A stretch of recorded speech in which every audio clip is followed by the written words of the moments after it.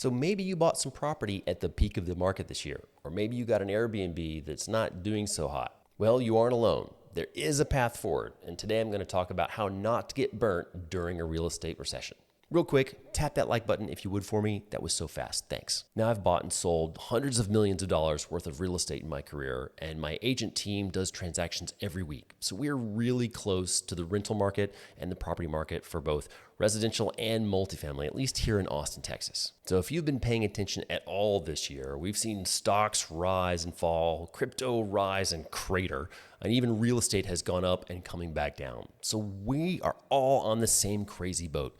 So where do you hide to stay away from taking all these hits? Well, in real estate, and you may have heard me say this in other videos, when you buy an asset, it should perform on the day you close. And as long as it performs on the day you close, you just hold it. Doesn't matter if the market goes up or down, it still performs and you just wait. So now is no different. If you bought a property during the mania and it worked when you bought it, as in your rents would cover the costs associated with the property, then you really have nothing to worry about. You just hold the darn thing.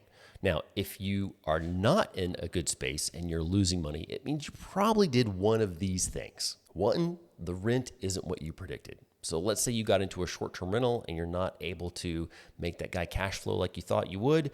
Maybe you didn't get something that was close enough to an area that was going to keep it fully leased. Or maybe you're paying a manager to manage that property, which is cutting into your margins. So if you're in that boat, really, you're probably going to have to end up self-managing or selling. And if you sell, you're probably going to take a hit. So the only option is you're going to have to put your boots on and actually go do some work. Remember, a full calendar of rentals is better than the highest price. Even if you have to drop it a little bit, you want to keep your calendar full if you're doing Airbnb rentals. For long-term rentals, maybe you were a little optimistic in figuring out what those rents could be, or you picked the very highest rental rate in your neighborhood and thought, hey, I can match that. And guess what? You didn't. Well, instead of holding out for that highest price, drop it, get it listed, get it full. Missing 1 month is a lot more expensive than just taking a little bit of hit.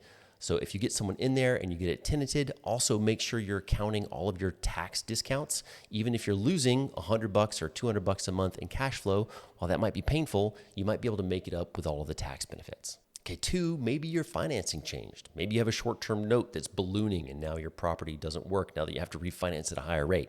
This doesn't happen that much in residential, but it happens a bunch in multifamily. And so I think that a lot of multifamily projects that were purchased between 2020 and 2022 are going to have some short-term financing that's about to pop and will create some deals next year.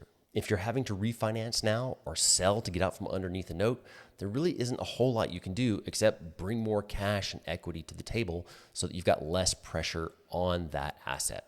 Now, this is probably the most popular way for people to get in over their head and have to sell distressed for another smart investor to pick your property up at a good deal. So don't be that guy. So have any of your properties turned into losers over the past 12 months? If so, let me know what happened in the comments below. Okay, number 3 is your taxes went way up. This is happening everywhere, but there's really only a couple ways to fix this. Like 1, pass on that cost to your tenants. They should be used to rent increases, and depending on your market, you may be able to get away with a slightly higher rent. You might have to suffer with it a little bit, but try and time your leases so that, hey, when those taxes are due and if they go up, you can pass that cost along to your tenant as soon as you can. The other thing you can do is fight your taxes, and the best thing to do here is fight them early. Don't wait.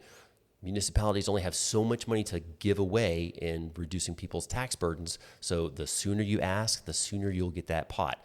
Now, once the municipality runs out of money, it doesn't matter if your property is grossly overvalued, they're just not going to give you that discount. Number 4 is you had a surprise expense. Like, hey, John, but my roof caved in and I had to replace it, or my HVAC went out. This is also a really common mistake that a lot of newer investors make, and that is you don't amortize those replacements into your financial model.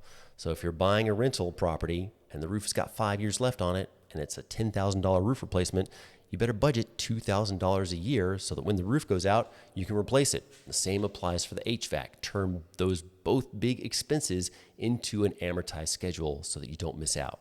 Now, if you see that savings account start to get big and juicy, and you're like, I can go take some of that income, be careful. Just make sure that you can manage all of your big expenses when they do show up and put a target date on it. Because if you don't, they're going to surprise you and then your property's going to turn into a loser. And we don't want that. As the old adage goes, you make your money when you buy. So if the asset performs when you bought it and you're feeling bad because prices are low, Just wait. If the property's still performing, you can hold on to it, take advantage of all those great tax benefits, and ask yourself again another year. And I bet you'll feel a little better. Thanks for watching all the way to the end. May you invest wisely, and we'll see you next time.